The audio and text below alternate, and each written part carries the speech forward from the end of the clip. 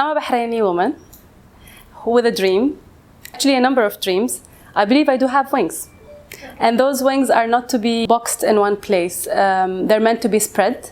They do have power, and the gist of them is I'm here to tell people that you can be your absolute self, and there's no problem in that.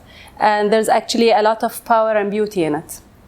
As I said, I'm a Bahraini woman who grew up in a very conservative and let's say middle class society, where it's not normal to be within the group. It's not normal to ask to be yourself.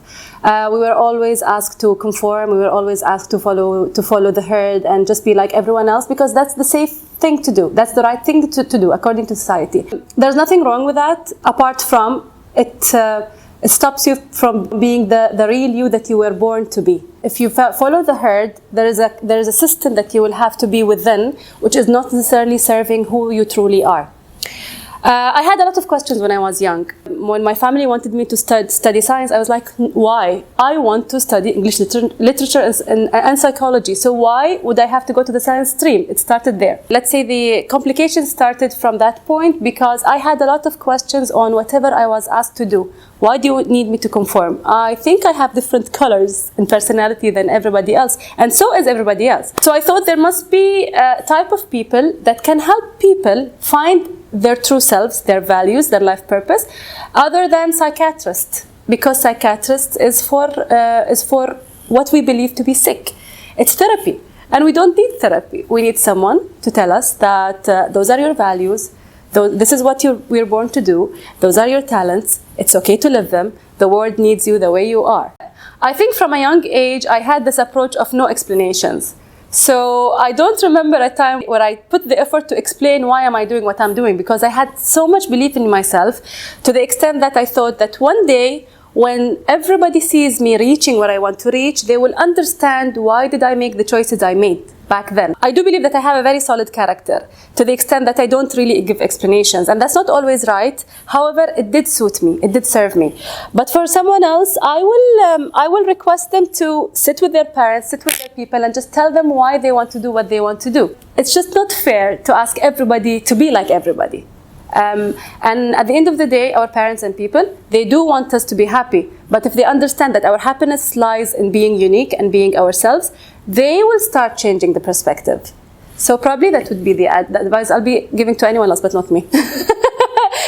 To me, strength lies in the harmony you have with all your elements. Your elements being your inside and outside. One of my objectives is to help people be beautiful and powerful inside and out.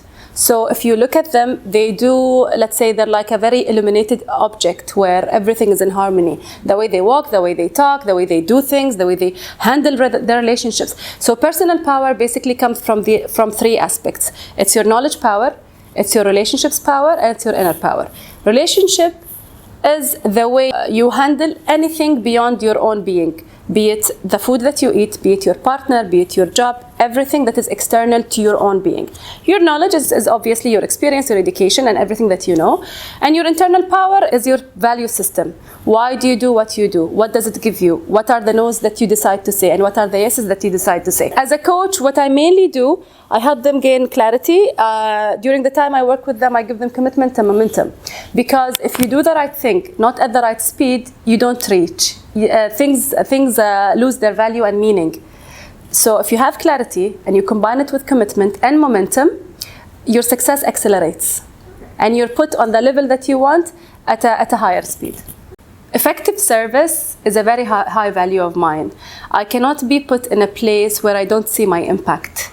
Even if that place, let's say if it's a career, even if it gives me security, financial security, fame, authority, that does not really mean a lot to me, because it's not in my value system. What I want to see is impact and effective value, effective service. If you come to me, I'll be over the moon if I witness the change. That's already in you. All I'll do is just shed the light on it. That goes back to people who are stuck in a rut. And that could be anything from relationships to the significant one, to career, to their daily routine. If you're stuck for a reason, because you think you can't jump, and because you think that if you do what you need to do or what you want to do, you're going to lose the love of people around you, or you're going to lose respect of someone. There is a zillion reasons. but they all go back to one fact, that you are afraid of meeting what you want to meet, or doing what you want to do. Bring you back to a state of love, that you only want what you want because it does serve you, because your true inner self knows that this thing serves you. But your conscious and your programmings and your social programmings tells you that no, you cannot. I don't think it's a secret that everybody's ultimate objective is to be happy. And you make all your choices according to that. The car you drive, the clothes you put on, the partner you agree to have your life with, the job that you do. It all leads to one thing, because you want to be happy. And how can you be happy if you do everything out of fear? So a state of love is your take-off point. A state of love to the self and to the true self whom you want to be.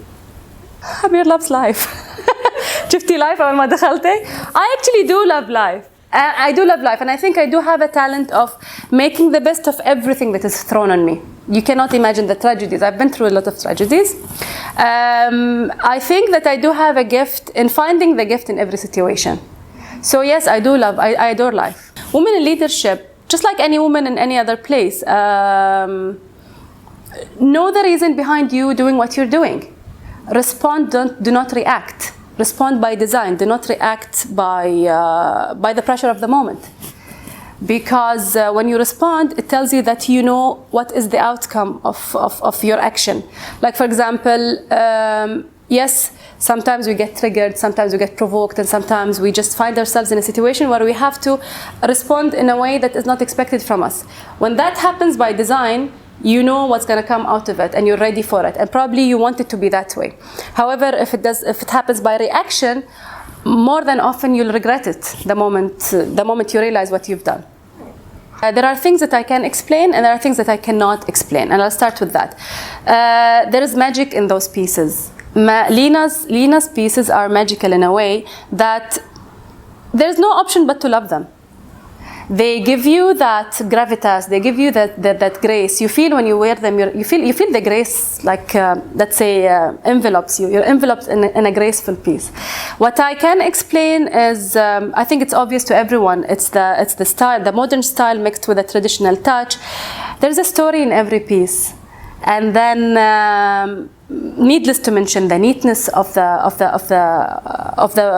tailoring of it and the way it's made. So I think it's one of the best decisions I've ever made to go on stage in an international conference with a piece of LEENAZ.